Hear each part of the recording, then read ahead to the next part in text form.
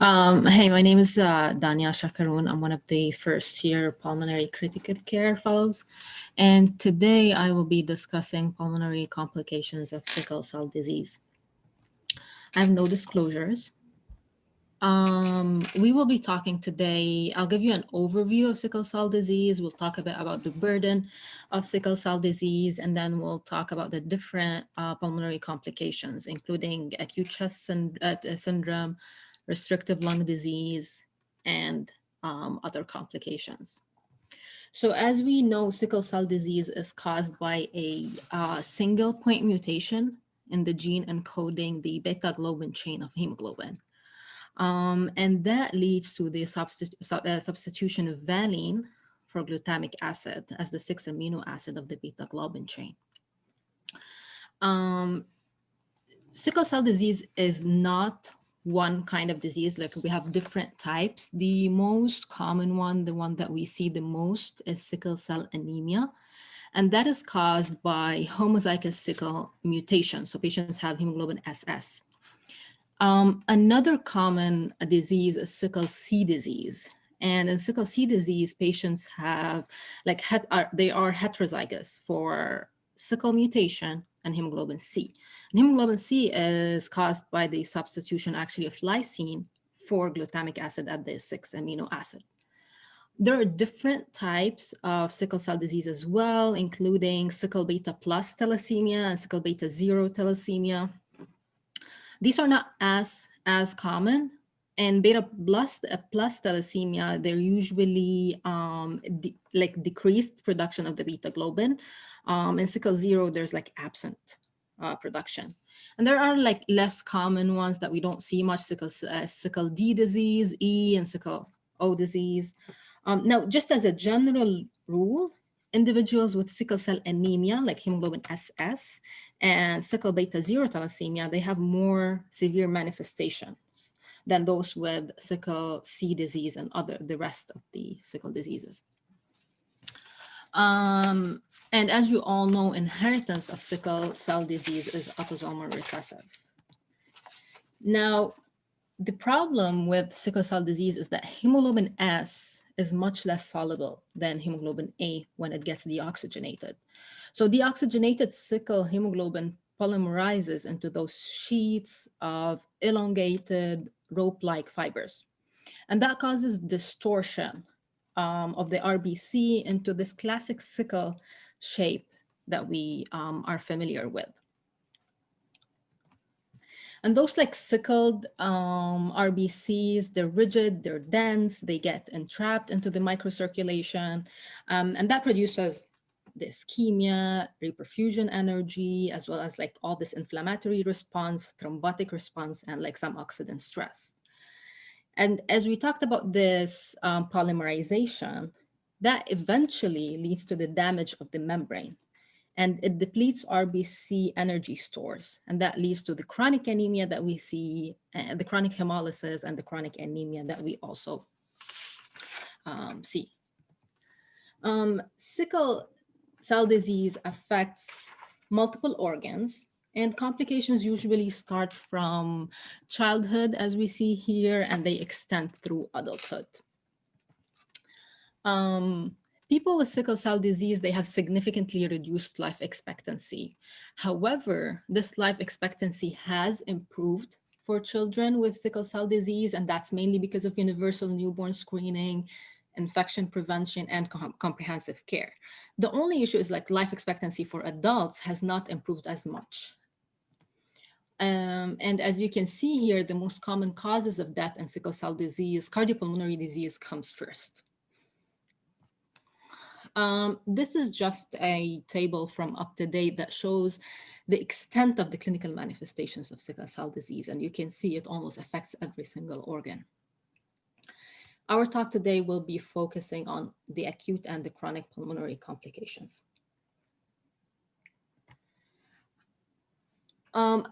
The first one that I'll be talking about is acute chest syndrome, and that's something that we tend to see in our units. Acute chest syndrome is a type of an acute lung injury. It is defined as new pulmonary infiltrates on chest X-ray but it should be also accompanied by fever, any other respiratory symptoms, cough, tachypnea, chest pain. It is the second most common cause of hospitalizations in patients with sickle cell disease after vaso-occlusive crisis. And it occurs in 10 to 20% of hospitalized patients with sickle cell disease. So usually they get admitted for a vaso-occlusive crisis. 1 to 3 days after admission, they start developing signs of acute chest syndrome. And it is responsible for up to 25% of death. Now, something really important to note is there is a difference in the presentation of acute chest syndrome between children and adults. Usually, children have a milder disease than adults. There's higher mortality rate in adults, and that's mainly because of the etiology of acute chest syndrome. In children, it's more likely to be an infection, but in adults, it's more likely to be fat embolism or like bone marrow embolism. Risk factors for increased acute chest syndrome frequency includes younger age, slight higher steady state hemoglobin level, lower hemoglobin F concentration, higher steady state leukocyte counts, history of asthma, especially in children. I will be talking about asthma in children in a bit, active smoking, or environmental smoke exposure. So this is a landmark study that was published in NEJM in 2000, actually. It was a multi-center. It included, I think, like 30 centers. It was a prospective study. They analyzed more than 670 episodes of acute chest syndrome, and that in more than 530 patients with sickle cell disease. And they studied the causes and the outcomes of ACS and sickle cell disease. In this specific study, they were able to identify a specific cause for ACS in 38% of all episodes. But whenever they excluded the incomplete data, they were actually able to identify acute, a cause in 70% of the episodes. And you can see in this table that infection, the two main etiology of acute chest syndrome that they mentioned here were fat embolism and infection. Infection was documented in up to 30% of cases with ACS. And this is a list of the 27 different pathogens that were identified. Chlamydia, pneumonia, mycoplasma, and RSV were the most common three, as you can see in this table 5. So infection is one of the main etiologies of acute chest disease. Another etiology that they found, and it's very common, is fat embolism.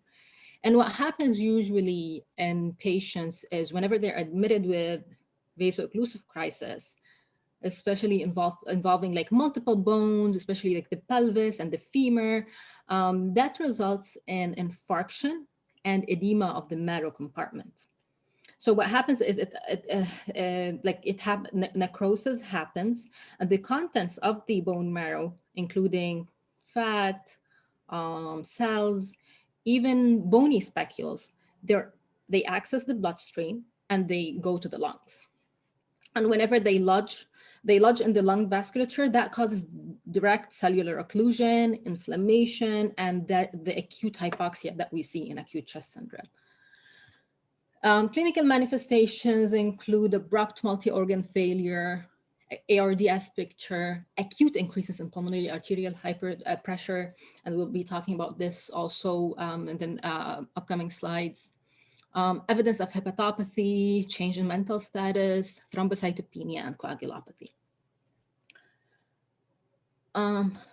Few more etiologies that we can mention are encytothrombosis from hemoglobin sickling in the pulmonary vasculature, hypoventilation from pain and or narcotic analgesics, and that all causes atelectasis. And another contributing factor would be iatrogenic pulmonary edema, especially in patients who are admitted for vaso-occlusive crisis and they get hydration. So the treatment for acute chest syndrome is usually two parts. One is prevention and the other one is therapy. In prevention, the main thing is pre-op blood transfusion, maintenance asthma therapy for children with asthma, maintenance hydroxyurea therapy, use of incentive spirometry during acute vaso-occlusive hospitalizations, and that's to prevent atelectasis, and cautious hydration with optimal pain control. As for therapy, it's mainly supportive care, and that includes hydration, analgesics, broad spectrum antibiotics, because as we talked about, infection is one of the main causes of acute chest syndrome, incentive spiro, supplemental oxygen, and blood transfusions. Two things actually I want to focus on in the treatment of acute chest syndrome is transfusion and corticosteroids. Regarding transfusions, so in general, blood transfusions do help by lowering the fraction of sickle hemoglobin and improving the oxygen carrying capacity of blood. And there are studies that show that in patients who are hypoxic before transfusion, their SpO2 actually increased from 86% to 93%, and that's with both simple and exchange transfusion. Now, what to choose, simple transfusion versus or exchange transfusion? Actually, it seems like both of them are as effective in the treatment of acute chest syndrome. So the recommendation would be to start with simple transfusion, and the practice would be transfuse 2 to 4 units in the first 24 hours with a goal hemoglobin at 10 to 11. But in case of severe or rapidly progressive illness, then we can consider exchange transfusion. Now, corticosteroids, studies have shown that corticosteroids do reduce length of hospitalization, but only by 24 hours. But the problem with corticosteroids are the side effects. And it seems that corticosteroids are associated with significant rebound vaso-occlusive events, necessitating rehospitalization up to 25% of patients.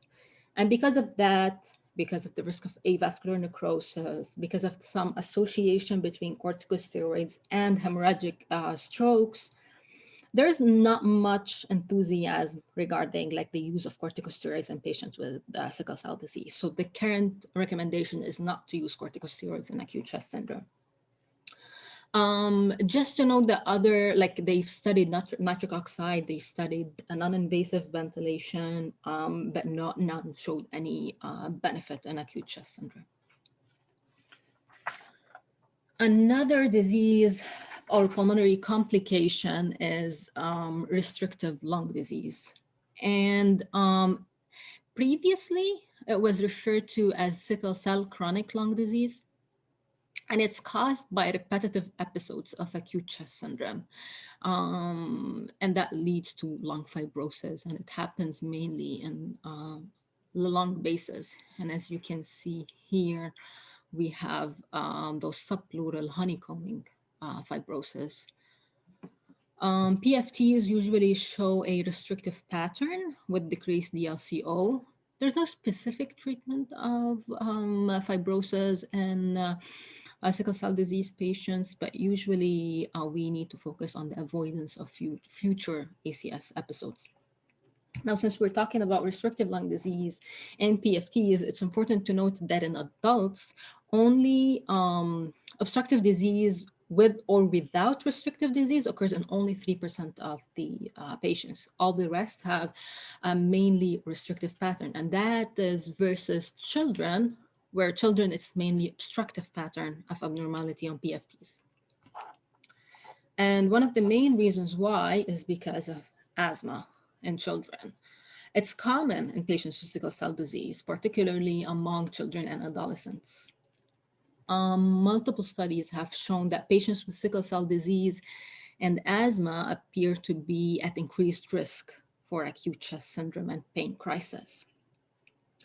And the hypothesis is because of like asthma and the VQ mismatch that happens during asthma, it results in local tissue hypoxia, and that causes increased red cell sickling, which causes all those increased risk of vaso-occlusive crisis and ACS.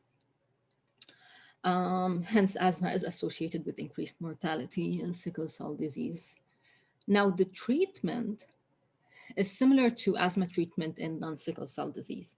But again, during asthma exacerbations, we tend to use corticosteroids. And again, the primary concern is associated with this rebound vaso-occlusive crisis that might happen with corticosteroid course. But despite this risk, the practice and the recommendation is not to withhold corticosteroid courses for asthma exacerbation, just close observation for any rebound vaso-occlusive crisis or any acute chest syndrome, and just start treatment early. So we just need to keep in mind that that can happen with corticosteroids. Now, another pulmonary complication is sleep disordered breathing. And sleep disordered breathing is, it seems like it's more prevalent in patients in sickle cell disease than in the general population. But something that is really interesting, and I was reading about, that patients with sickle cell disease and sleep disordered breathing do not necessarily report symptoms of sleep disordered breathing. And the way they actually found out that they have more, it's more prevalent to have sleep disordered breathing is, I think they took a cohort of patients with sickle cell disease and they did polysomnography on all of them. And those patients did not necessarily complain of any symptoms of sleep disordered breathing, and almost 40% were found to have some sort of sleep disordered breathing. And the etiology is not clearly or well understood in sickle cell disease. And it's interesting that nocturnal DSATs, they can occur with or without the coexistence of obstructive sleep apnea, and also the etiology of that is not well defined. And the treatment usually is whatever we treat obstructive sleep apnea, the CPAP, weight loss. But it has been shown that actually hydroxyurea may reduce nocturnal hypoxemia. So optimization of the sickle cell disease treatment is recommended in patients with sleep disordered breathing. Another complication is venous thromboembolism and pulmonary thrombosis. And as we know, sickle cell disease is a hypercoagulable state. And that is because of low levels of protein CNS, high levels of thrombin, antithrombin complexes, elevated B dimer. So it is associated with increased risk of VTEs. But two really important things to note are in the diagnosis and treatment. D dimers the levels are increased in sickle cell disease as compared to controls, and they fluctuate with vaso-occlusive events. So we should not depend on D dimer for diagnosis. And the scoring systems like Wells score or the modified Geneva score, they have a poor predictive value in patients with sickle cell disease.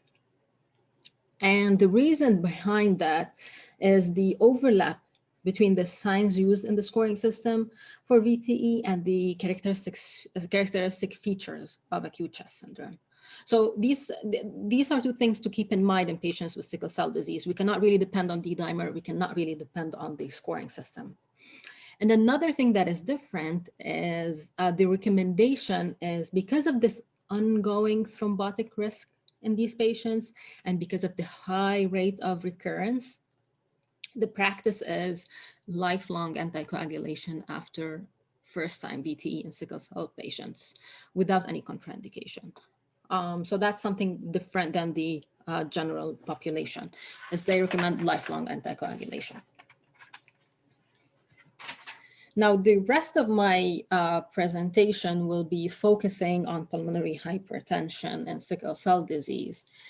And the reason why I dedicated a lot of slides for pulmonary hypertension is because pulmonary hypertension and sickle cell disease is relatively frequent. It's a severe complication, and it is an independent risk factor for mortality. So the prevalence of PH in sickle cell disease is 6 to 11%. Patients with sickle cell anemia, hemoglobin SS, they have even with the modest elevation in tricuspid regurg velocity, they have decreased survival. And that is estimated to be only 40% at 40 months.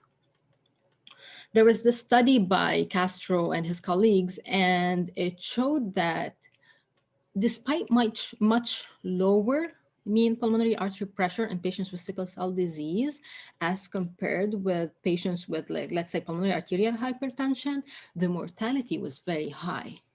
And he reported that each increase of 10 millimeter mercury in mean pulmonary artery pressure was associated with a 1.7-fold increase in the rate of death.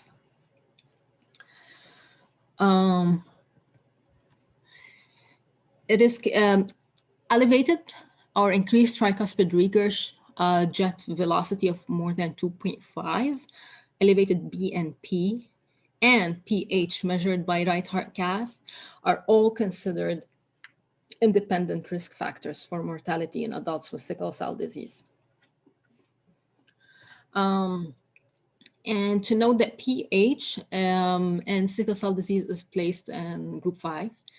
And the reason why it's placed in group 5 is because some patients have hemodynamics consistent with group 1, PAH, but others have features of PH related to left-sided heart disease, like group 2 or group 4. So eventually it ended up being in group 5. So pre-capillary pH, you're supposed to have a mean pulmonary artery pressure above 25, pulmonary capillary wedge pressure less than 15 with an increased PVR. Now, one thing to note is, and it's also different in patients with sickle cell disease, is patients with sickle cell disease, they have an anemia-induced elevation of their cardiac output, and they have reduction in their blood viscosity. This leads to a lower baseline pulmonary vascular resistance than observed in non-anemic patients.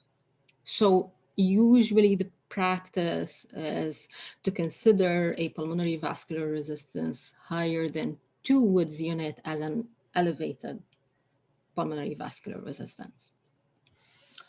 Now, post-capillary pH, the wedge pressure is supposed to be above 15 without an increase in PVR, and pre- and post-capillary pH, they will have components of both. First, mean pulmonary artery pressure above 25, capillary wedge pressure above 15, increased PVR, and an elevated transpulmonary gradient. Now, the etiology in pulmonary hypertension is multifactorial. Hemolysis is considered one of the main contributors to PH, hypoxia, thrombosis, and asplenia. Now, hemolysis by itself, the etiology and the explanation is very complicated, is very detailed. So I'm just going to give a summary of the proposed pathogenesis. In hemolysis, what happens is hemoglobin is usually released into the plasma during after intravascular hemolysis, and that hemoglobin, it interacts and destroys nitric oxide. And that leads to very high rates of nitric oxide consumption and like a state of resistance to nitric oxide activity. So smooth muscle guanylyl cyclase is not activated and vasodilation is inhibited. So that's usually what is behind how hemolysis usually causes pulmonary hypertension. Hypoxia is also attributes to that. And the way hypoxia attributes is what we discussed earlier: recurrent infection, recurrent acute chest syndrome, fat embolism, this bronchoreactive lung disease. It all lead to this change in vascular tone, like vascular proliferation, and eventually hypoxia and pulmonary vasculopathy.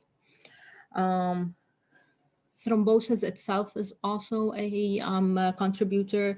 And as we talked earlier, and when we discussed VTE, it's a hypercoagulable state and it can promote vascular obstruction. Now, asplenia itself, apparently, it also contributes to pulmonary hypertension. And the speculation is that when there is loss of splenic function, that leads to the increase in circulation of platelet-derived mediators. And those like abnormal RBCs, they trigger platelet activation and pulmonary microthrombosis, and eventually that contributes to pulmonary hypertension. The point is, it's multifactorial, and we need to control all of these etiologies to be able to address pulmonary hypertension. Clinical manifestations of PH and sickle cell disease are similar to PH and other groups. Exertional dyspnea, which is the most typical presentation of PH. The problem with exertional dyspnea is, well, it's the cardinal symptoms of chronic anemia. So we can always attribute exertional dyspnea to chronic anemia in these patients. So it's very important to keep a high index of suspicion for the disease whenever someone presents with exertional dyspnea. Angina, syncope, lower extremity edema are usually uncommon, and they usually associated with more like severe advanced PH and sickle cell disease patients. Even like the physical findings that are suggestive of RV dysfunction, like JVD or like ascites or peripheral edema, those are more associated with like more advanced PH than less severe PH and sickle cell disease patients. So it's very important to keep a very high index of suspicion in these patients. Now, most of the like in the next slides are all based on ATS practice guidelines, and they recommend for screening in children, they recommend that children with high hemolytic rates, which means hemoglobin level values less than 7, high LDH values, recurrent acute chest syndrome, recurrent vaso-occlusive crisis, to be screened at least once. However, adults, the recommendation is to get a Doppler echo every 1 to 3 years when the patient is in a stable clinical state. And there's really important, it's important to get that in a stable clinical state because as we talked previously, during a vaso-occlusive painful crisis, there is an increase, and during acute chest syndrome, there is an increase in mean pulmonary artery, like an acute increase. So it's important to get that done when the patient is not in any crisis. This is usually the like diagnostic evaluation, and this is from the American Thoracic Society document. The recommendation, as I said, is a screening echo every 1 to 3 years. If tricuspid regurg velocity is less than 2.5, then they can like the recommendation is to continue routine screening, and we can do it every 3 years. And the reason why actually 2.5 is the cutoff is they have found increased mortality with a TRV more than 2.5. So when TRV is between 2.5 and 2.9 with no symptoms, they recommend increased frequency of screening, and that would be more like 1 year instead of 3 years, and escalation of sickle cell disease specific therapies. But if there are symptoms and there is decreased 6-minute walk test and elevated BNP, then they recommend a right heart cath. And the right heart cath is also recommended when the TRV is 3 or above. And now based on the result of the right heart cath, if it goes more with the precapillary PH, then we can consider PAH therapy, and we'll talk more about the PAH therapy that they recommend. However, we are supposed to do like the whatever we do diagnostic evaluation in PH, like the rest of the population. So we're supposed to get HIV, ANA, PFTs. A VQ scan is also very important, and that's because we need to rule out group 4. And it has been shown that patients with sickle cell disease, they have been treated, like patients with sickle cell disease and chronic thromboembolic disease, they've been treated surgically with success. So it's really important to rule out group 4. A sleep study is important, and they also recommend referral to a PH sickle cell disease center. If it's with post-capillary PH, then we treat whatever left-sided heart failure, or whatever we discussed earlier now. If the right heart cath showed a mean pulmonary pressure less than 25, then it's no PH, and just increased frequency of screening is recommended. Now, the treatment for pulmonary hypertension and sickle cell disease constitutes of 3 main things. One is maximization of sickle cell disease specific therapy, treatment of associated cardiopulmonary conditions, as we discussed, like left-sided heart failure, sleep apnea, group 4, and targeted therapy with pulmonary vasodilators. So this is, again, according to the ATS clinical practice guidelines, the recommendation is the following: patients with increased risk of death. And we talked about those patients with TRV above 2.5, elevated BNP, PH confirmed by right heart cath. They all are recommended the following treatment. One is hydroxyurea therapy. And that is a strong recommendation from ATS. And it's based on an indirect evidence, because hydroxyurea, it decreases 9-year mortality, it decreases hospitalizations by about 20%, and it decreases episodes of ACS and vaso-occlusive crisis by 15%. So hydroxyurea is one of the main recommendations. The second recommendation from ATS is chronic transfusion therapy for patients who are either not candidates or are unresponsive to hydroxyurea.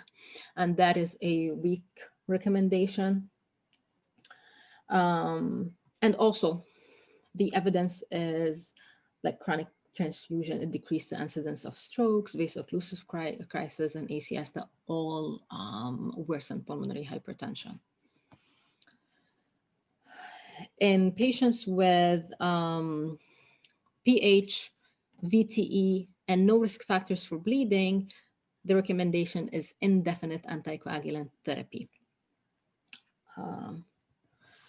The fourth recommendation is in patients who have hemodynamics that are more consistent with group 1, with a PVR more than 2 Woods unit, normal capillary wedge pressure, and related symptoms, they recommend a trial of prostacyclin agonist or an endothelin receptor antagonist, and that is a weak recommendation. But they recommend against phosphodiesterase 5 inhibitors as a first-line therapy, and that is because it has been observed that phosphodiesterase 5 inhibitor therapy, it increases the risk of hospitalization for vaso-occlusive crisis. Just one thing to note is that this therapy is actually considered off-label. And the reason why is because PH and sickle cell disease, they're WHO group 5, not group 1. So this is considered an off-label use for those medications. And these are my references. It was shorter than I expected. Thank you. If you have any questions.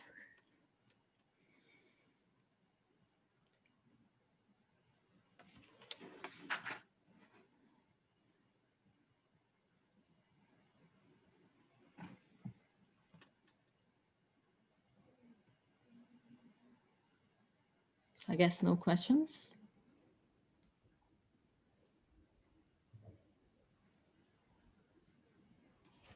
Thanks, Danya. Thank you. The CME code, guys, is 43901, and I can send it in the chat as well.